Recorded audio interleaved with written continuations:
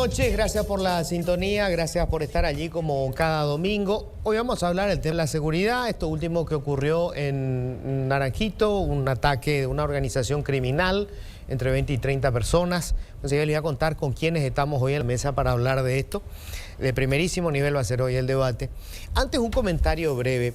En esta semana hablaba con la presidenta, creo que es de la Asociación de Médicos Oncológicos del Paraguay, y es una doctora que contaba preocupadísima los dramas que suponen en general para cualquier persona que obviamente padece una enfermedad que mete tanto miedo como el cáncer, pero en países como el nuestro, en donde la cobertura pública es tan pobre, la situación se vuelve realmente dramática. Y esto no es solamente que lo diga ella, lo decía un informe de la Organización Mundial de la Salud recientemente, que hace referencia justamente a que el cáncer es tan o más grave, no solo por el tipo de cáncer, sino por el país donde te pasa, por el tipo de cobertura. Bueno, yo mencionaba esto, recordaba que esta mujer me decía que hoy un tratamiento te puede costar entre 6 y 400 millones de guaraníes cada 21 días. O sea, eso es, en un país como este, una sentencia de muerte.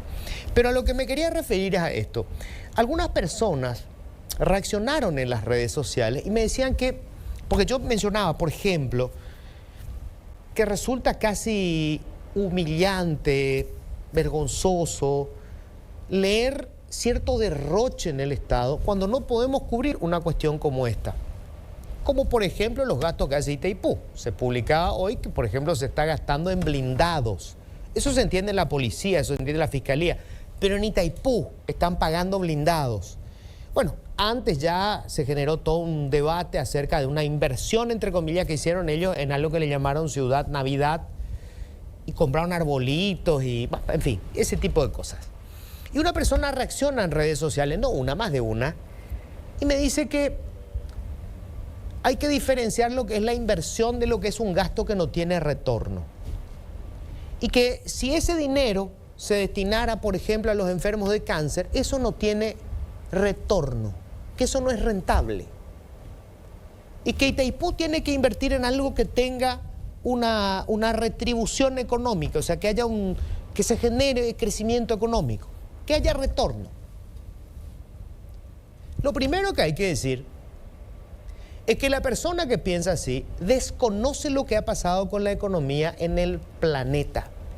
No hay un solo país, ni uno, que haya alcanzado el desarrollo económico sin haber hecho la inversión en el capital más importante que tiene cualquier nación del mundo: su gente.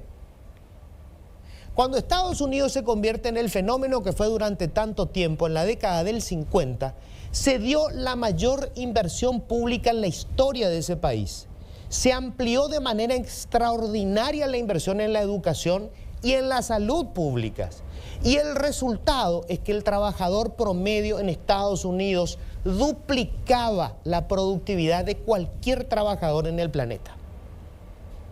Eso mismo ocurrió con los japoneses, con los coreanos y ahora con los chinos. La inversión en la gente sí es rentable y no existe desarrollo posible si no se invierte en la gente. Primera cuestión. Pero segunda y más importante, y esto tenemos que entenderlo, la razón de ser de la construcción de esta superestructura que es el Estado es mejorar la calidad de vida de la gente. Si la vida de un ser humano se va a calificar de acuerdo con el retorno económico, ¿qué estamos haciendo? O sea, ¿para qué queremos una civilización? La economía es para que la gente viva bien, no es el objetivo final. El objetivo de todo esto somos nosotros, ¿me explico? El Estado no se crea para crearle cargos públicos o cargos a los correligionarios o los amigos o a los parientes. Es para resolver los problemas de la gente. Entonces, si vos sos uno de los que cree que salvarle la vida a una persona dándole un medicamento es una pérdida de dinero, disculpame, pero sos un imbécil. Así de simple. Bienvenidos, esto es Políticamente Incorrecto.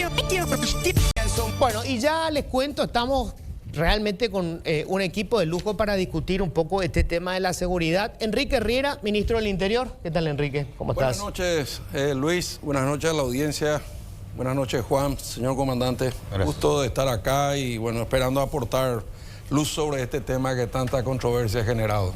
Bueno, gracias por venir. Estamos con el comandante de la Policía Nacional, el comisario César Silguero. Comandante, ¿qué tal? Buenas noches, Luis, y audiencia, al señor Martens. Estamos aquí para todas las preguntas que sean necesarias para poder aportar sobre lo que pasó en Naranjito, ¿no?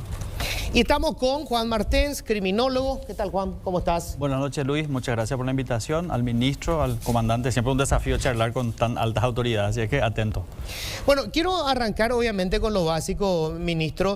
Después de este atentado que se registró la noche del martes en Naranjito, que termina con 2 suboficiales de policía ejecutados, un civil muerto. En un primer momento se habló, gente del sector militar dijo que esto no podía ser el EPP, que esto era una organización probablemente de narcotraficantes. Bueno, después desde la policía decían, no, esto aparentemente es el EPP. Finalmente nos quedamos con que sería el EPP con organizaciones criminales o con elementos del crimen de la zona. ¿Cuál es la conclusión que tienen ahora, ministro, y en qué se basan? Bueno, a esta altura, a esta hora, y haciendo un rápido relato, la noche en que el comandante me llamó a las 23:15 y me informó del hecho, me pidió formalmente, como lo hace por respeto, autorización para enviar el 2 al lugar de los hechos, que es Feliciano Martínez, que dicho sea de paso fue director departamental en Alto Paraná con muy buenos resultados, un hombre de su absoluta confianza. Me parece perfecto, le dije, me quedó preocupado. Una hora un poco más tarde me dijo la información que ya estoy recibiendo de elementos que llegaron al lugar y que habría 3 fallecidos. En ese caso yo quiero que usted me autorice, yo personalmente quiero ir, yo vengo a la rama de investigación criminal, todos lo saben, y quiero ir a ver la escena, a ver qué leo, qué veo, si algo se le escapa a mis comandados, y partió esa misma noche, ¿verdad? Obviamente al amanecer ya estaba llegando al lugar. Yo también le pedí que haga una escala previa en el CODI, ahí está la SAP 5, está muy cerca de su área de pacificación 5, que forma parte del CODI, para encarar este desafío juntos, ¿verdad? Y hubo una reunión previa, me envió las fotos, y luego le dije, bueno, me parece fantástico, andá a ver qué hay, informame. Yo obviamente a las 11:30 de la noche ya el presidente tenía la información, el ministro de Defensa me llamó muy golpeado, y recuerdo haberle, me llamó la frase, me llamó la atención una frase, Luis, y dijo, no podemos permitir que esto haya sucedido con 2 camaradas. Después me di cuenta que los uniformados tienen una lógica, se sintieron afectados porque 2 policías habían muerto, lo cual hasta ahora me genera cierta emoción, ¿verdad? Porque es la forma que reaccionan los que están entrenados para esto, ¿verdad? A las 5:30 de la mañana, cuando me vuelve a dar parte ya el comisario Silguero en el lugar, después de hablar con el CODI, se fue al lugar y me dijo, mire, tiene la marca registrada del EPP. ¿Por qué? Le dije yo, a un hombre que conoce en terreno, y me dijo, primero, el ataque a una comisaría. Segundo, la bomba Molotov. Tercero, la quema de los vehículos, ¿verdad? Y a partir de ahí, prudentemente dijo, pero yo no me animaría a decirlo públicamente porque yo soy un hombre de investigación y me muestro por hechos objetivos. Y le anticipo, ministro, van a salir 10 versiones diferentes. Entonces estamos colectando los casquillos de bala y vamos a esperar, si es posible, el informe del doctor Lemir, porque el casquillo de la bala es la cédula de identidad de las armas. O sea, es 100% seguro, no tiene ninguna versión de un hecho objetivo. Yo me muevo por hecho objetivo. Bueno, rápidamente se colectaron todos los casquillos, se mandaron al laboratorio forense en Asunción. En ese interín también se pensaba que los plomos que se podían extraer de las víctimas podrían completar la información, pero como explicó Lemir, como fue a veces de corta distancia, se dispersaron y no podían servir como huella balística. Sin embargo, bueno, nuevamente me llama el comandante y me dice, tenemos un dato más que no es menor, porque hemos interrogado al que fingió ser fallecido, que recordarás que se salvó, estaba herido, ya estaba en el Rigoberto Caballero, y también al que se escapó por atrás, que estaba en la edificación de atrás y pudo huir por el monte. Y todo armaban de 20 o 30 personas, pero otra vez, ministro, primero, el casquillo de bala que se usó es del arma, el mismo arma que usó el EPP hace un año atrás, en el año pasado, al tocar la otra comisaría que se llama Ibiraroanaí, ¿verdad? Que es una comisaría que fue filmada no solamente cuando vigilaban, fue filmada inclusive después ellos dieron vuelta a la cámara como un joven y se lo ve perfectamente a Danielito, firma su arma como un chico haciéndose una selfie, para entender, pero gran asesino. Y de todos modos, entonces no hubo dudas de que esa arma, me dijo, no estamos hablando de un secuestro en el 2008, en el 2000, el 2015, es esa arma, ese evento un año atrás. Eso no hay ninguna duda. Se encontró otra arma también, otro casquillo que corresponde a otra arma de un enfrentamiento que tuvo la policía con marihuanales, narcotraficantes en el 2020 en la zona de Laurel, que tampoco queda lejos.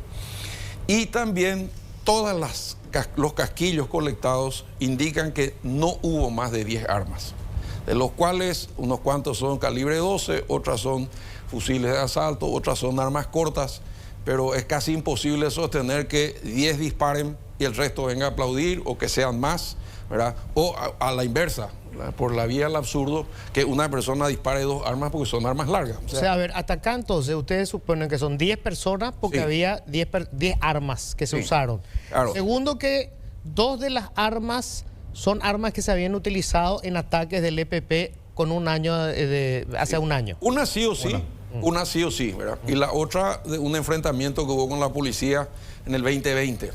Bueno, a partir de ahí, entonces yo le dije, bueno, acá lo que corresponde es rendir cuentas, hacer una conferencia de prensa y limitémonos a decir exactamente lo que hasta hoy está, porque hay que decirlo que el traslado de los casquillos ya fue con intervención fiscal. Ahí pues está todo ese tema que a veces, haciendo un poquito de pedagogía, es el tema de la cadena de custodia. Para que todo lo que vos proceses pueda ser utilizado judicialmente, tiene que ser sin alteración de pruebas, ni la escena del crimen, ni nada. Entonces, bueno, cae personal criminalística, de forense, etcétera, etcétera, ¿verdad? Y ahí fuimos avanzando en la investigación y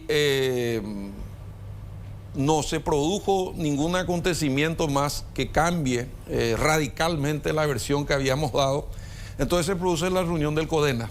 De urgencia al mediodía, el presidente nos convoca y explicamos esto. Ya en el CODENA, como vos sabés, está integrado por militares, policías, el canciller, el director de la Senat, y ahí entonces se decidió dar una conferencia de prensa donde estuvo el secretario ejecutivo, el contraalmirante Sieber, estuve yo, el comandante, y a la izquierda estuvo el ministro de Defensa y el comandante de las Fuerzas Militares. Enrique, ¿en qué momento se salen de la hipótesis de que es el EPP, que son 10, estas son sus armas, a que estuvieron en contubernio con criminales de otras facciones? No, la versión que nosotros manejamos es que el EPP lideró, planificó, dirigió y produjo el atropello. Ahora se sumaron ya algunos elementos más que después el comandante va a sumar seguramente, y que pasó desapercibido. Se llevaron la bandera a la policía. ¿Viste el mástil? Todas las comisarías tienen la bandera. Se llevaban la bandera, eso no es un tema menor. El otro tema también que estuvo circulando, que era un ajuste de cuenta, que la policía que cobró, que quería cobrar más, bueno, todo eso son versiones respetables, ¿verdad? Pero que no están sostenidas en ningún hecho objetivo. Y un tema no menor es que yo le pedí al comandante, y lo hizo, que investigue quiénes eran los policías que estaban en el lugar, si tenían, digamos, alguna cuestión. Y lo curioso es que se quemaron las patrulleras, que también es un sello registrado que viene desde el 2005 en adelante, porque hay 20 policías muertos en ataques del EPP.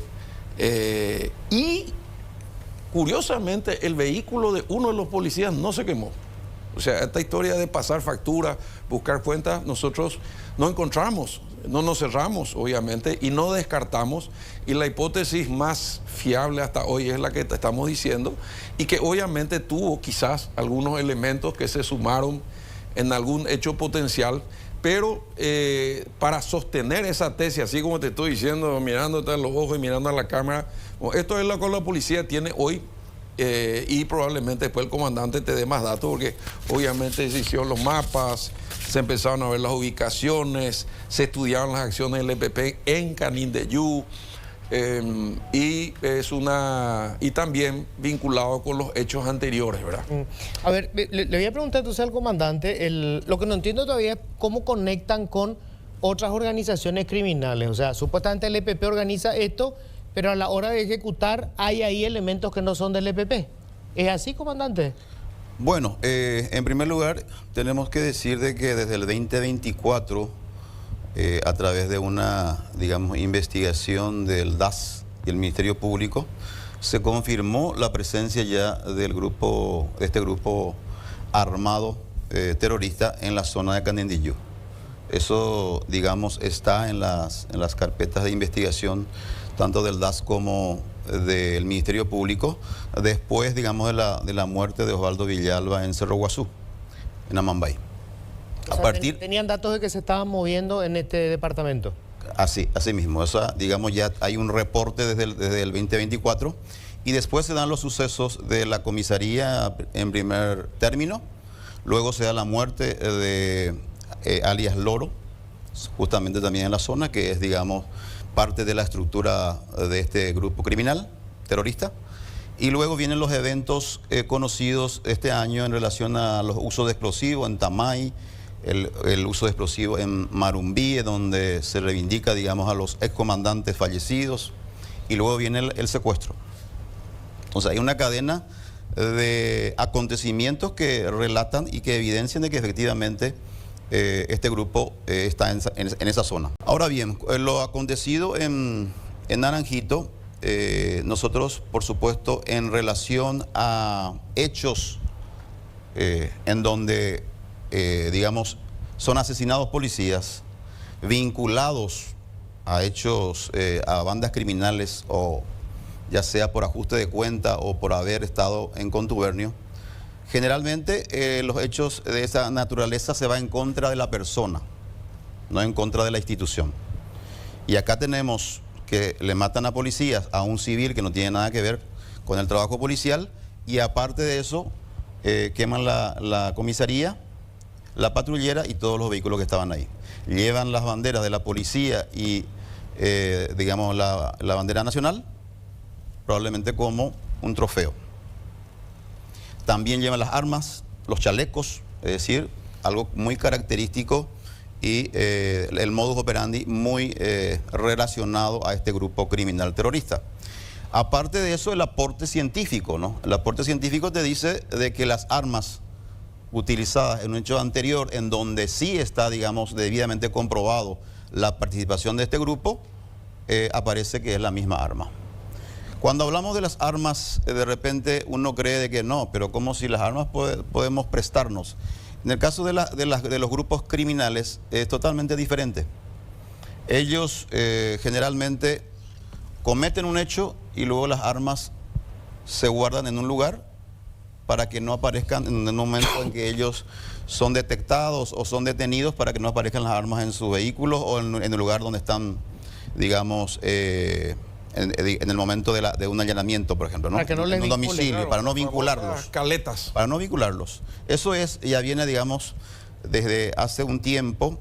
Recuerdo cuando un conocido asaltante es detenido en su casa y estaban todas las armas alrededor suyo, y todas esas armas fueron identificadas en hechos de asalto, y evidentemente ellos esto ya van cambiando, digamos, la forma de actuar, justamente para que no aparezcan evidencias que les comprometan, ¿no?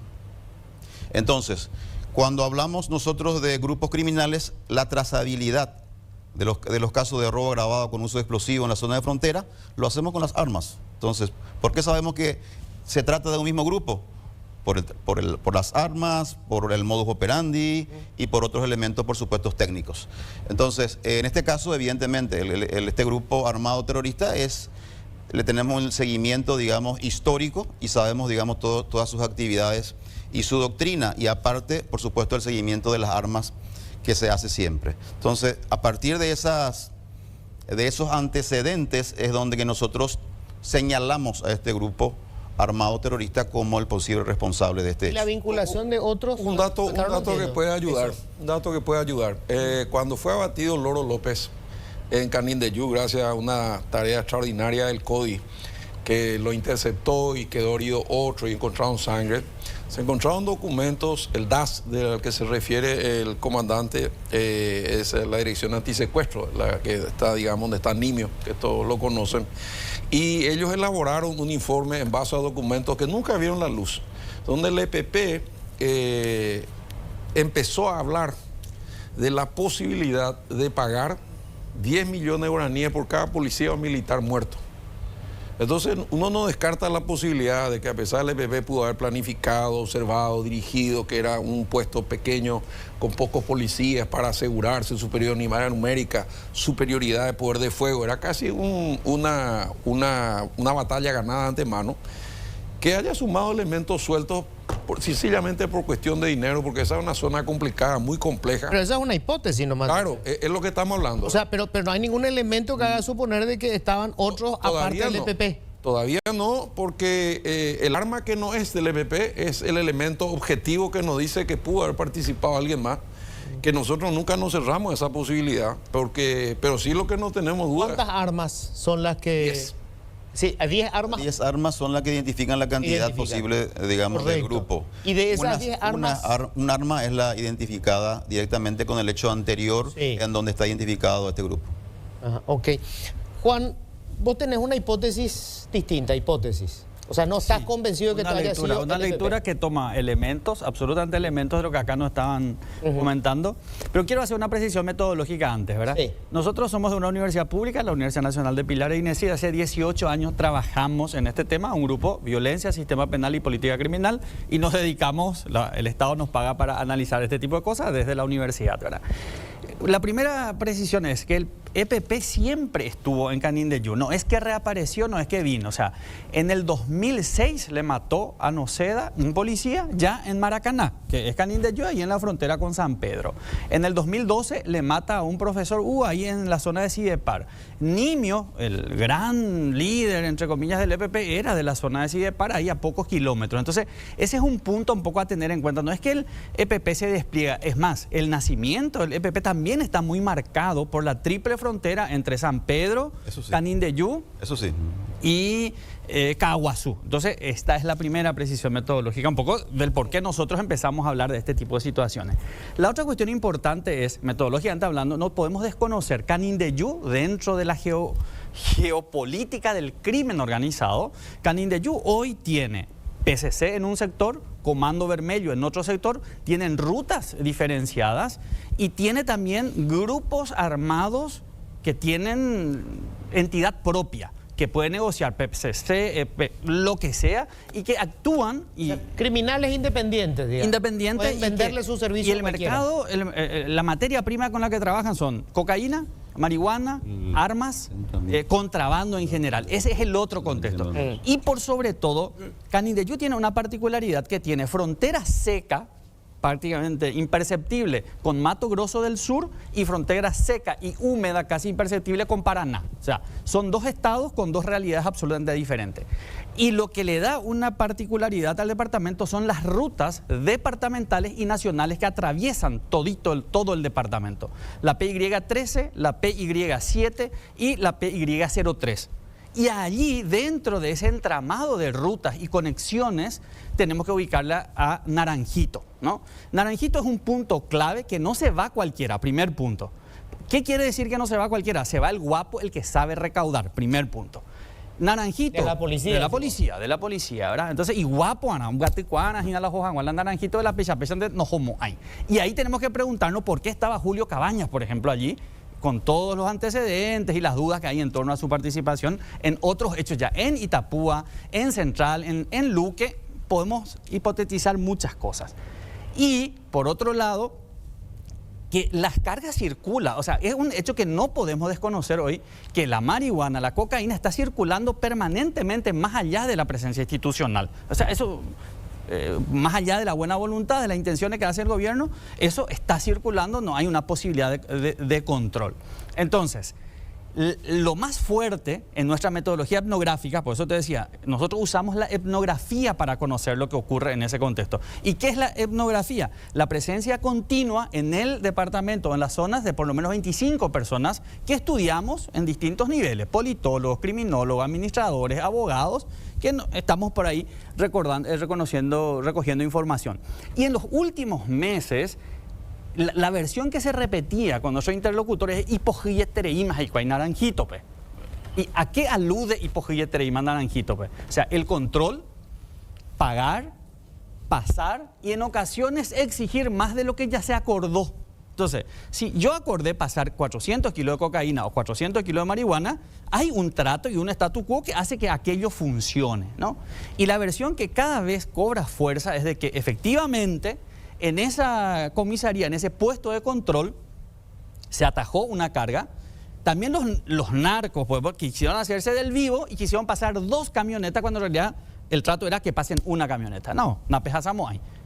Pehueruñan debe la plata y pejazacéramos. Se hizo todo, se fueron para retirar la camioneta, retiraron la camioneta con las cargas y cuando en la entrega final se hace el conteo de cuántos kilos se estaba entregando, se dieron cuenta que faltaban 50 kilos aproximadamente. Entonces hay versiones, 50 a 100, ¿no? Y este dato es fundamental para nosotros para muchas otras cuestiones.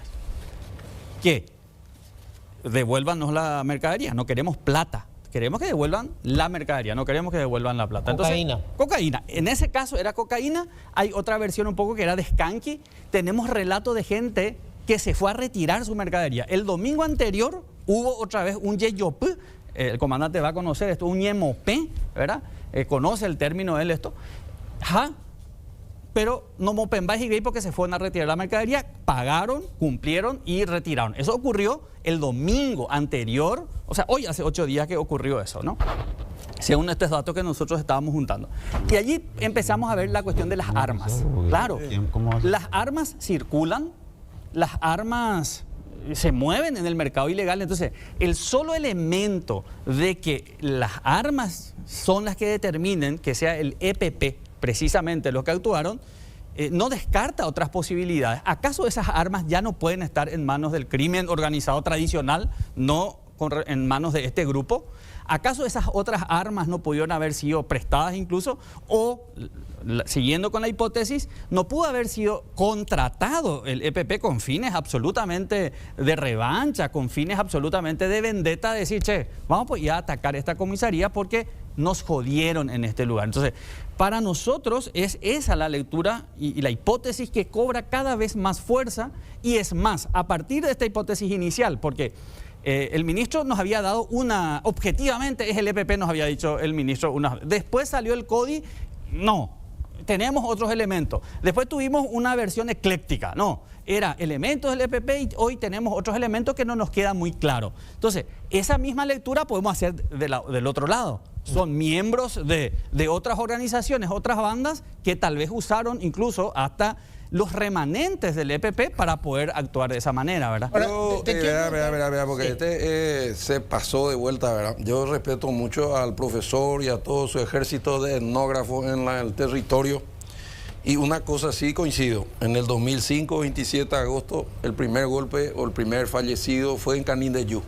Pero no le va a convencer a nadie en este planeta que todo el actuar de los últimos 20 años, Juañandú, Uruzú. No, es que espera, yo te escuché. No, yo te escuché disciplinadamente. A ver. Curuzé, Hierro, Arroyito, Juañandú, Tacuatí, Listro, el secuestro de Zavala, todo fue Concepción, San Pedro y Amambay. Sí. Y se refugiaron en Cerro Guazú. Sí. Bueno, muy bien. Entonces el EPP pudo haber nacido porque miembros hay de Canindeyú. Tuvieron 2 o 3 incidentes menores, pero como grupo terrorista empezaron en el 2008. Y en el 2008, acá están los números, te puedo mostrar porque... Conozco. Bueno, fantástico. Yo sé que vos sos un estudioso del tema, pero toda su carrera terrorista comenzó ahí. Por eso la FTC se puso ahí, no Canindeyú. Y el FTC cumplió, porque hay documentos que vos conocés. Dentro que yo no digo lo contrario. Espérame un ratito. Vos escuchás y anotás como hice yo. Bueno, primer tema. O sea, nació en Canindeyú, miembros, pero actuó terrorista en el norte y por eso todos los hechos, los últimos 20 años son ahí. no en Canindeyú. Lo que te dijo el comandante es que se desplazaban en línea recta 120 kilómetros del Cerro Guazú, donde murió su líder, y encontraron refugio en la reserva de Canindeyú, en la reserva de Morumbí y en Marinacue. Y ahí se trasladó el grupo. Se trasladó el grupo, ¿por qué? Porque la FTC le contuvo, porque nunca llegaron a las ciudades, porque no atropellaron ni un supermercado, porque no pusieron ni una bomba, nada. O sea que esta historia de que dentro de 20 años seremos miles y controlaremos la región oriental, que está escrito, ¿eh? Hay manuales, hay libros. ¿Cuántos son hoy? Bueno, ahí podemos entrar en nuestra discusión, ¿verdad? Sí, porque primero se habló de 20, pero después ustedes me dicen por las armas son 10. No, los que atacaron la comisaría objetivamente son 10. Ahora, lo segundo, todas las hipótesis fantásticas que escuché, Yamoy Ara, ella 50 kilos, 20 kilos, es idéntica a la versión de un amigo mío, pero que de repente dice cualquier cosa, que es Julio Colmán, que es el primero que largó esta teoría. ¿Verdad? No, acá hay un apriete, 50 kilos, 25, ¿por qué se fue fulano? ¿Dónde están los elementos objetivos para probar? Y peor, espera, peor, porque si es que te dan pasando informaciones que vos escuchás del crimen organizado, vos estás vinculado al crimen organizado, Juan. Yo soy académico, por favor. Pero el académico que se entera de un delito tiene que denunciar. No, de ninguna manera. ¿De dónde saca usted eso? El Código Procesal Penal dice exactamente de quién tiene obligación de denunciar: funcionario que conoce en el ejercicio de sus funciones. Pero, usted, el comandante, yo soy profesor. Entonces, un ciudadano responsable el ciudadano se acerca a la fiscalía, tiene que cuidar su integridad y su seguridad, ahora, pero, suya y la de sus colegas. No hay ni una sola fuente que se revele el origen. A ver, de ninguna manera, está confundido. Tiene que leer un poco más el Código Procesal Penal. No tengo que leer el Código Penal. Específicamente. Lo que pasa es que es como yo, a mí me dijeron que Luis Vareiro cobra, y parece que se dice que tiene unos pero usted no me va a decir que la policía, los excomandantes se enriquecen y no pasa nada. Juan, por favor. Pero tráeme pruebas, no seas tan alegre. Para eso está el Estado, para eso está la Contraloría. No, señor. Tiene que investigar. El que dice tiene que alegar, tiene que probar. Permítanme ordenar. Suponete que yo diga que vos estás cobrando por lo que estás diciendo. Vamos a ordenar el debate, por favor, les pido. No, pero es que a mí me vuelve loco que digan lo que quiera. No, está bien, está bien. Que me dé un elemento objetivo, ya que es tan académico. Uno no me quiero. Te pregunto, la hipótesis de que no haya sido el EPP o que haya sido en realidad una organización que se dedica a algún negocio ilícito y que haya buscado una vendetta contra esta subcomisaría, ¿está descartada o no? ¿Eso no se investiga? No, pero necesitamos pruebas, Luis. No, ya sé. Es un Estado de Derecho, yo soy abogado. Totalmente, pero digo, ¿esto se investiga como hipótesis o no? Se investiga por asuntos internos y también se prueba, se analiza la riqueza, y les recuerdo a este buen señor que apenas una semana antes se detuvieron 9 toneladas en la ruta por donde pasa la droga y nadie ve nada. Que hemos cambiado en su momento, menos de un año después, todavía Carlos Humberto Benítez era 16 comisarios, porque también pasó lo mismo, una caravana que pasó de largo y que nadie detuvo. Entonces, y les recuerdo, porque ahora sí está con todos sus estudios en la Universidad de Pilar, que ya sabemos de quién es. Y esa es pública, por favor, ministro, no vamos a descalificarnos. Es pública y tiene presupuesto del Estado. Sí, o sea, no es de nadie la Universidad de Pilar. No, pero si usted va a ofender así. No, pero eso es un hecho objetivo. No es ningún objetivo. Bueno, es del presupuesto público de la República del Paraguay. De allí es la Universidad de Pilar. Fantástico. Entonces estamos, peor todavía, estamos pagando una universidad pública para recolectar información del crimen organizado sin ayudar a las autoridades. Usted confunde, pero por favor, lo que está acusando es gravísimo. Y es lo mismo que está acusando vos. De ninguna manera. Pero no tenemos una sola prueba. Claro, está acusando a gente que tiene familia. Tenemos publicaciones. Pero las publicaciones tienen que tener base. Pero nosotros no somos el Estado investigador, somos el Estado académico que aporta. O sea, vos te enterás a la noche que alguien le está asaltando a alguien, no le vas a contar a la policía. Como ciudadano, uno evalúa según su seguridad y su conveniencia si hace o no una denuncia. Eso dice el Código Procesal Penal. Que no tenemos más ciudadanos como vos. Le quiero escuchar al comandante. Sí. Comandante, a ver, lo que no entendí todavía es lo de la vinculación, supuestamente. Hay dos hipótesis, está bien. El ministro dice, no hay ningún elemento de prueba para esta hipótesis, solamente una hipótesis. Ok. No, pero metió comandante, metió policía, a todo el mundo le metió. Correcto. O sea, no es cierto lo del arma, y lo que es cierto es que la policía venía cobró la semana anterior. Y eso vieron los etnógrafos. Y después, como la siguiente semana, en vez de matarle frente a su familia, como se hace cuando uno falla un trato mafioso, quema una comisaría. ¿Para qué? ¿Lleva la bandera para qué?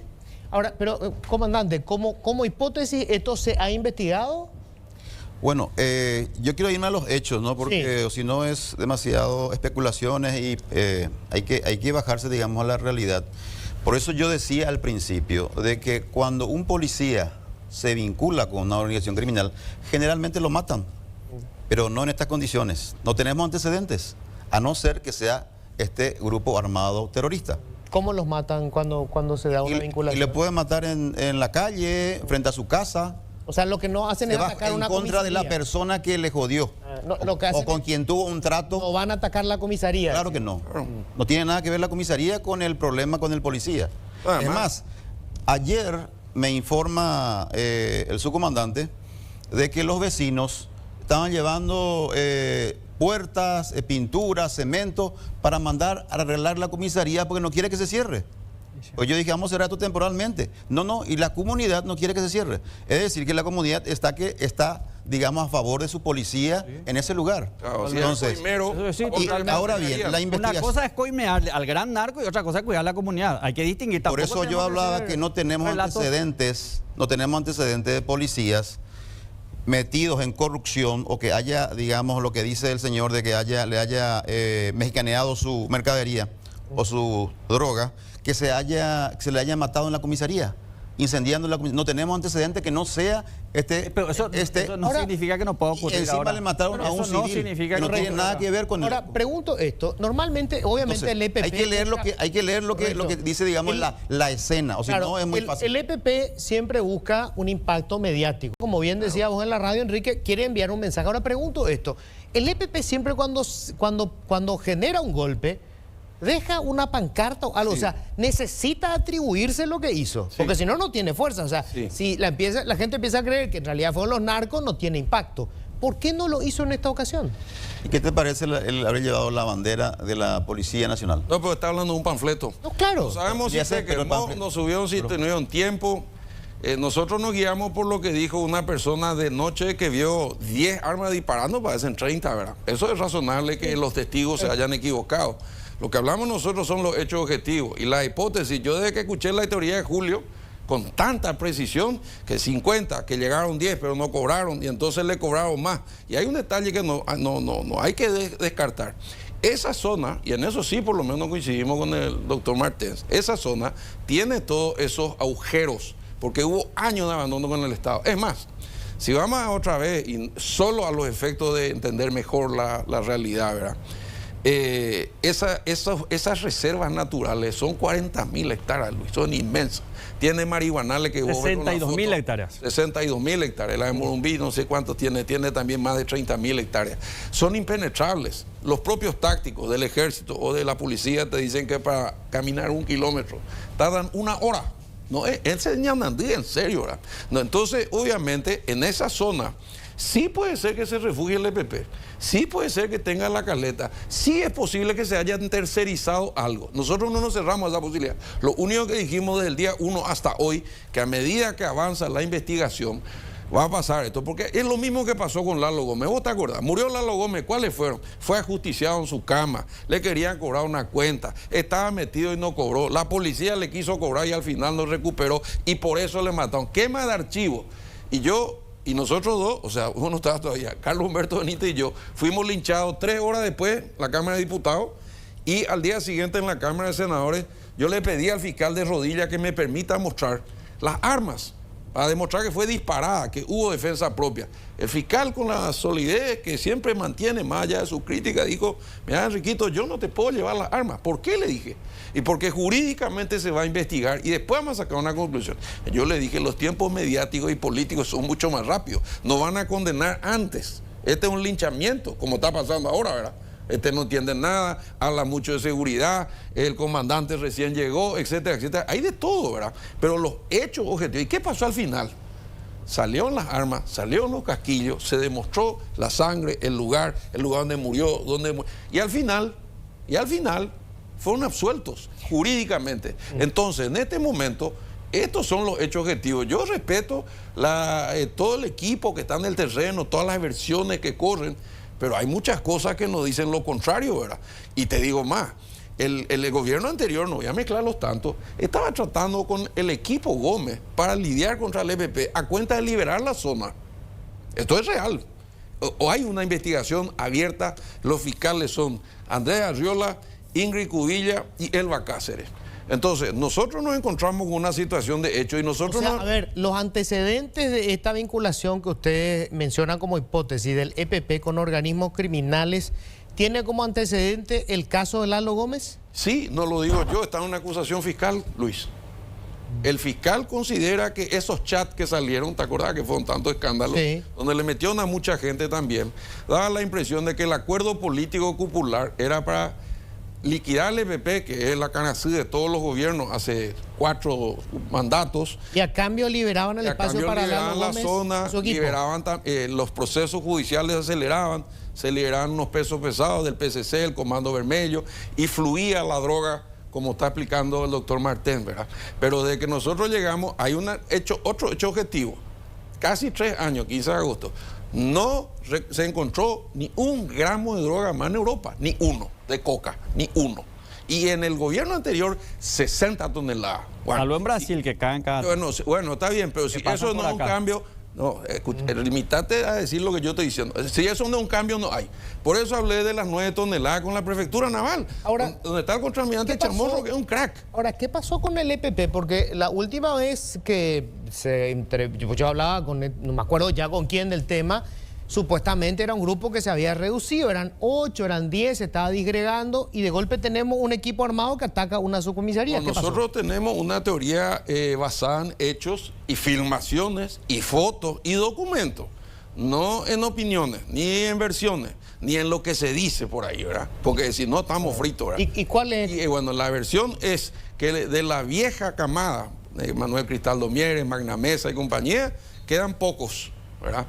Y la nueva camada, que son los que pasaron a la Argentina y se radicalizaron ahí, volvieron a entrar al monte, ya hay fotos, hay filmaciones. El último video donde vemos el arma que se usó, o sea, no existe ninguna duda. Es más, volvieron a tirar una bomba molotov que no explotó.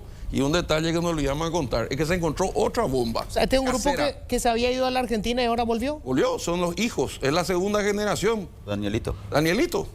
Que es un asesino porque participó en la Argentina. Participó en el secuestro de Denis, que no fue en Canindeyú, fue en el norte.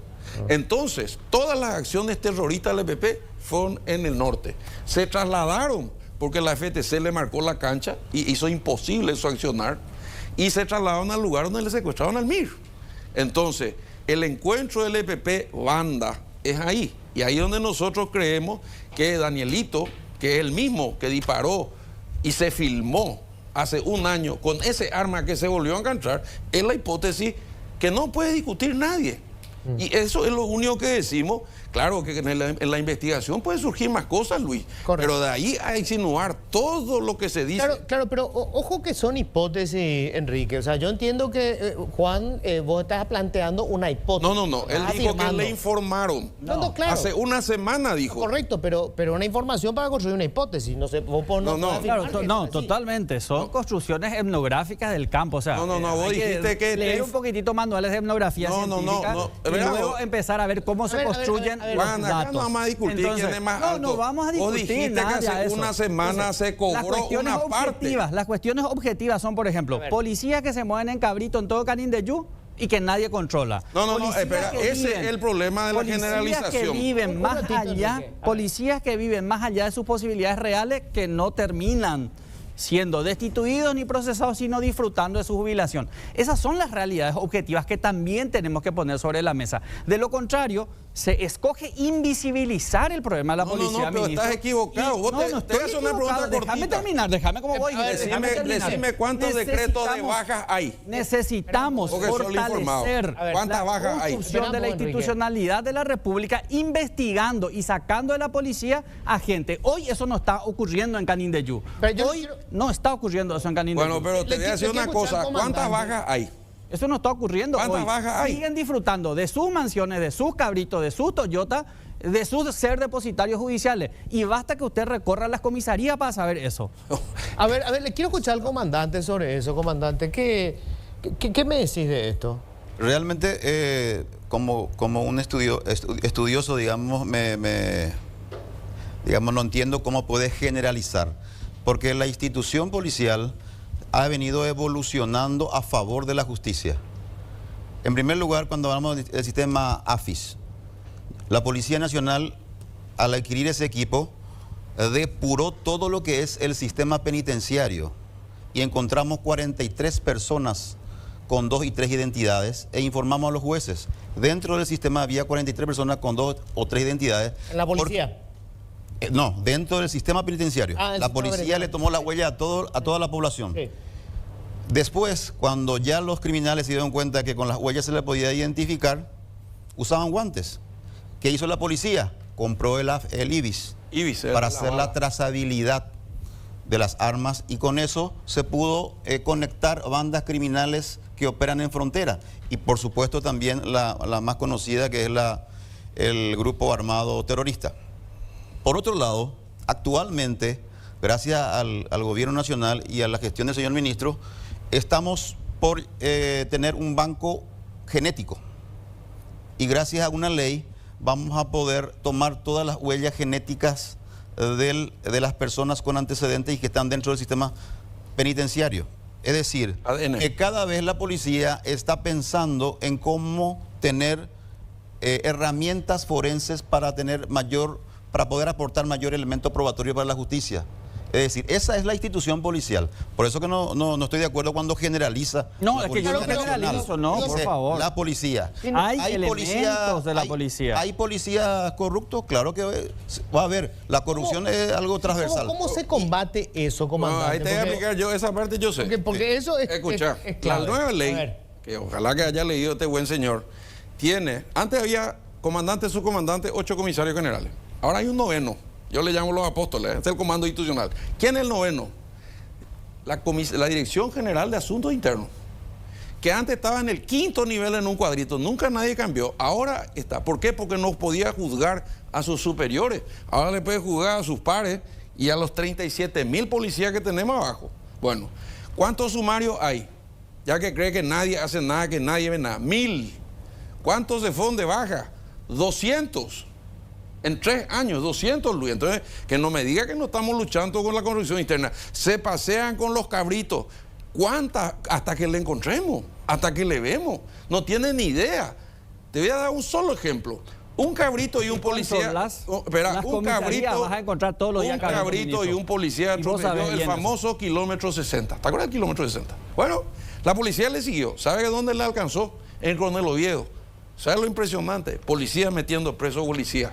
Entonces a mí me indigna cuando un académico que se presenta como un objetivo tiene totalmente cegada la visión y dice que todos cobran, que todos facturan, que los cabritos se mueven y que todos los comisarios se van a retiro a disfrutar de su riqueza. Tengo una lista de policías que viven al día. Entonces es una irresponsabilidad lo que está diciendo y yo no me voy a callar. No, es irresponsabilidad. En Santaní encontraron cabrito en la comisaría de Santaní. En todos lados hay cabritos, entonces, no solamente los policías, este es el país de los automaus. Ah, bueno, y por eso la policía tiene que tener. No, señor. Y entonces estás reconociendo que es el país de los automaus. Pero entonces, era cuando hicimos la cédula verde. Por favor, controla, por favor. Y se está controlando. Personal y vos que tenés tanta gente en campo. ¿Qué auto tienen? Tu responsabilidad no es mía. Lo mío es observar y describir. Esa es mi responsabilidad. Para solamente eso yo trabajo.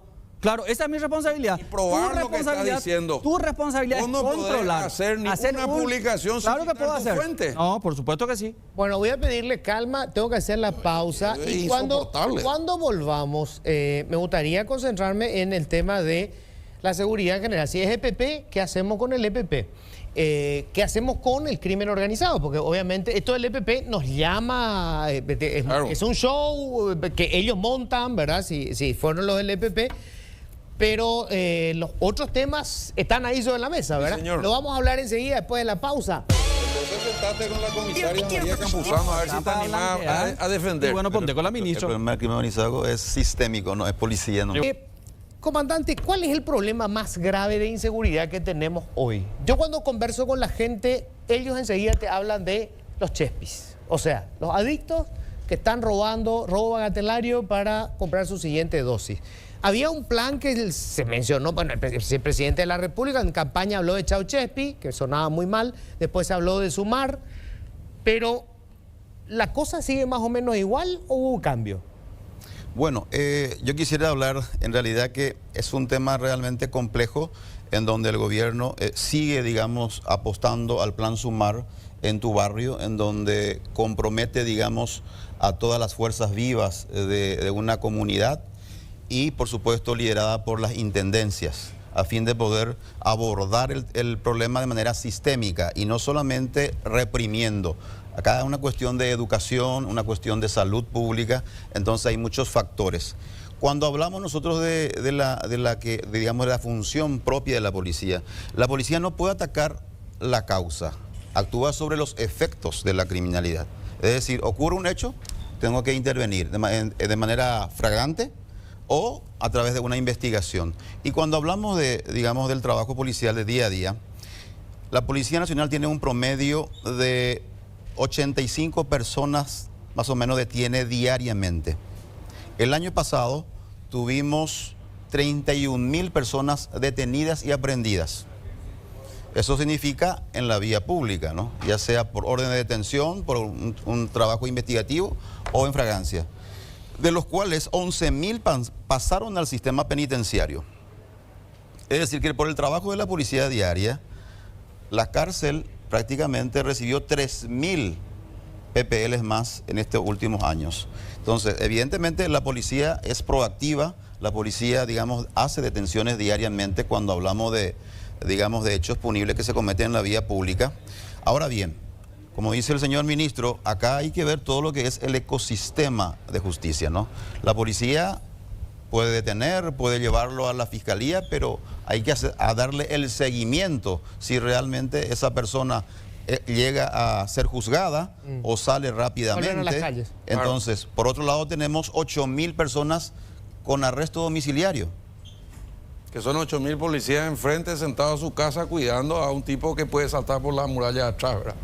Entonces hay un detalle que tiene que ver con esto, ¿verdad? Y estamos trabajando. El presidente me pidió, nosotros nos reunimos una vez por semana sin demasiadas fotos. Hasta ahora no funciona, Enrique. No, ya sé, pero te voy a explicar inclusive cuáles las primeras conclusiones que puede ser de utilidad.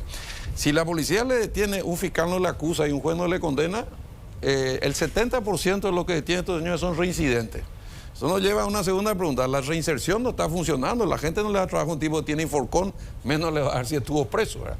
Y lo segundo es que evidentemente necesitamos más elementos, porque la policía creció, tenemos 15.000 hombres más, tenemos elementos objetivos, tenemos capacidad de movilización, 1.800 motos, 8.000 chalecos, 600 patrulleras, todo fantástico, pero no creció la fiscalía y el Poder Judicial en la misma proporción. Un solo dato. Yo estuve acá contigo en el programa Sumar y nosotros nos hemos identificado 90.000 jóvenes menos de 25 años adictos a las drogas. El 80% de los delitos que atiende esta gente tiene origen en las drogas, de alguna u otra manera. Muy bien. Entonces, ¿cómo resolvemos este problema? Y bueno, un problema de seguridad pública es nuestro y de la Senat. Otro problema es de salud pública, pero hay solo 150 psiquiatras. Entonces, con la doctora Barán estamos especializando gente en adicciones y por otro lado, con País Ramírez, estamos evitando que los chicos caigan entrando en los colegios. Bueno, eso puede resolver el problema. ¿Sabe cuántos fiscales hay para Capital y Central? Y 17.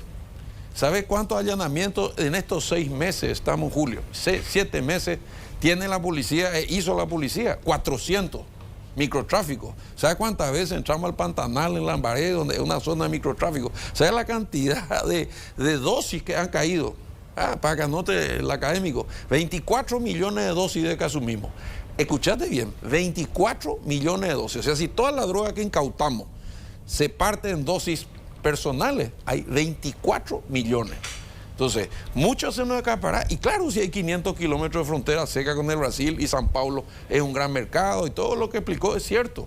Pero convengamos que el sistema es mucho más complejo. Entonces, cuando nosotros hablamos de esto, ¿y qué se hizo en Canindeyú para vincular tu pregunta con los otros, ya que el comandante... Jorge Mercado cayó. ¿Quién es Jorge Mercado? Era el líder del asentamiento Mercado, 1 de marzo. Mirá la fecha. Maricar López, reivindicación del EPP, metido en la triple frontera de la que habla el doctor Martés. ¿Y con quién estuvo Jorge Mercado? Con Silva y con Ramos. Rubén Villalba. Y Villalba. Y Rubén Villalba es el que atropelló Curubatí. Por eso es que yo veo en los comentarios sesgo, porque en las primeras publicaciones que hizo el doctor, hay reivindicaciones sutiles al EPP. Está mintiendo, ministro, Bueno, por favor, eso no le voy a permitir. Yo sé. Que usted diga que yo le reivindica al EPP es una mentira. Y si tiene prueba, denuncie. Si tiene prueba, vaya y denúncieme. Si en mis publicaciones yo le reivindico al EPP. Desde el 2008 publico y digo que es un grupo criminal que atenta contra el Estado. Y que usted diga que yo reivindico, me está faltando al respeto y está cometiendo delito. Y si es así, vaya y me denuncie, por favor. No te enojes tanto. No, es que me molesta que esté mintiendo descaradamente. Bueno, es como si dijera, yo dijera, mintiendo. Todos los académicos usted son sí bandidos. tiene obligación de denunciar. Usted sí tiene obligación de denunciar, porque es ministro que conoce información en el ejercicio de su función pública. O demostrar simpatía. No, de ninguna manera, ninguna manera. Pero no es cierto. Es un delito. Está mintiendo. No, es un delito. Es que está mintiendo, es por un favor. delito, es simpatía. No, de ninguna manera. Simpatía. Bueno, pero para terminar nomás mi listado. Por favor, no Cayó mienta. Derlis López, quien era un líder originario que se movía en Fortuner. O sea, ahí tenés indígenas instrumentados por el crimen organizado. Ahí le tenés al amigo macho. Ahí está el asentamiento del 1 de marzo.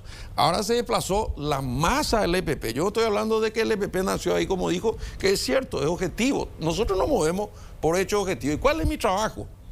Yo soy de mirada y visión estratégica. Yo no tengo que estar en los montes como otros ministros del Interior que andaban todo el día con chaleco antibalas y disfrazados de Messenger. No.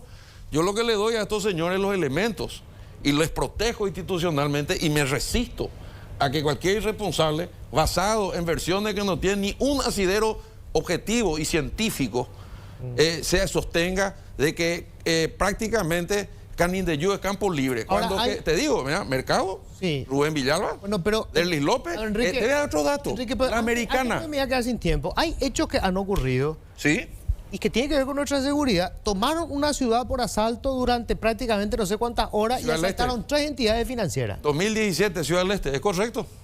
O sea, Prosegur. Y se mató un policía que estaba enfrente, Prosegur. ¿Es real? Entonces, algo nos está fallando. No, pero... ¿Y creció el EPP, dice el ministro? No. Espera, una cosa es que ahora ya el son EPP 30, dice. se trasladó, quedaron los históricos y hay una nueva generación. Y le perseguimos por 3 países. Los 10 millones de dólares no nos sirven, Y yo te voy a decir una cosa, ya que tanto te molesta esto. ¿Cuándo Codeupi se solidarizó con los muertos del EPP? Y eso hay que preguntarle a Codeupi. Bueno. Hay que preguntarle a Codeupi, ¿no? Y probablemente entonces vos te das cuenta que hay derechos humanos solamente para un sector y no para los otros. Entonces yo lo que estoy viendo acá... Yo hablé del crimen organizado, que me quedé sin tiempo, peor. Claro, se quedó sin tiempo, pero ahí te necesitas. Bueno, pero lo que pasa es que necesitamos 2 programas. No diste Viera 2 es bloques. muy hábil hablando y los hechos le explotan. La policía mata y él dice son cosas que pasan. Que un ministro nos atienda así es preocupante. No es completaste la frase. absolutamente Lamentablemente que pasan. en el trabajo es demasiado preocupante eso, ministro. No, señor. No, y da miedo que la policía esté gestionada por una persona que habla demasiado bien. No es que hablo bien. Estoy en la cancha. Vos sos el héroe del teclado, el rey de las redes y las declaraciones y sos convocado como si fuera una eminencia. Y tener unos antecedentes bastante complicados. ¿Cuáles son? Pues denunciar si tengo antecedentes complicados. Simpatía. Y si es delito, denunciar, por favor. No es delito, o eso es una irresponsabilidad lo que está diciendo. No, yo tengo una historia de lucha. No, por favor. Y yo no. 40 años. Yo soy académico hace bastante tiempo. Y si vos dudás de mi trabajo, andá a la fiscalía y tenés obligación para denunciarme. Simpatías, dije yo. Andá a denunciar. Te quiero escuchar. Andá, por favor, cuestionar. Andá a visitar las viudas. Andá a preguntar por qué quieren Esa no es mi la responsabilidad. comisaría. Yo trabajo Pero vos un sos tema que yo ciudadano escojo, parcial, ¿no? entonces. No, de ninguna manera. Yo ¿Vos soy un crees que yo ciudadano hago libre política que escoge el área que quiere trabajar Claro, y en qué quiere aportar al Estado social de derecho. Yo quiero una policía. Yo quiero una policía profesional, quiero una policía no corrupta, quiero una policía que no genere miedo. Hoy el miedo que le afecta al 90% de la población paraguaya, le ve a un policía y le da miedo, no seguridad y certeza. Y ese es preocupante. Comisiones vecinales. Eso es absolutamente preocupante. Y preguntarle a las 700 comisiones vecinales. Es tu trabajo, ministro, para entender en Viapo. A mí déjame hacer lo que libremente el Paraguay ojalá que tengamos menos observadores que vos y mucho más ciudadanos comprometidos. Más policías que vayan a la cárcel por cometer delitos. Eso es lo que necesitamos, ministro, para que nos dé seguridad. La comparación, no lo digo yo, el Departamento de Estado Que Juan, no se mueva más en Cabrito, que no bueno, se mueva más en doctor Cabrito. Martín, nosotros y que no se le estamos- pida más plata a la policía desde la capital. Solo Argentina que lo tenga y que recaudar. Paraguay Eso es un tienen problema. nivel 1. Solo para Argentina y Paraguay. tengo que hacer la Aprender pausa. a leer los números. Gracias. No lo digo yo. Y voy a investigar. Los departamentos de Estado. Y ahí Vamos a investigar. la pausa, vamos a la pausa, dale, dale. Y cuarto en... Políticamente incorrecto.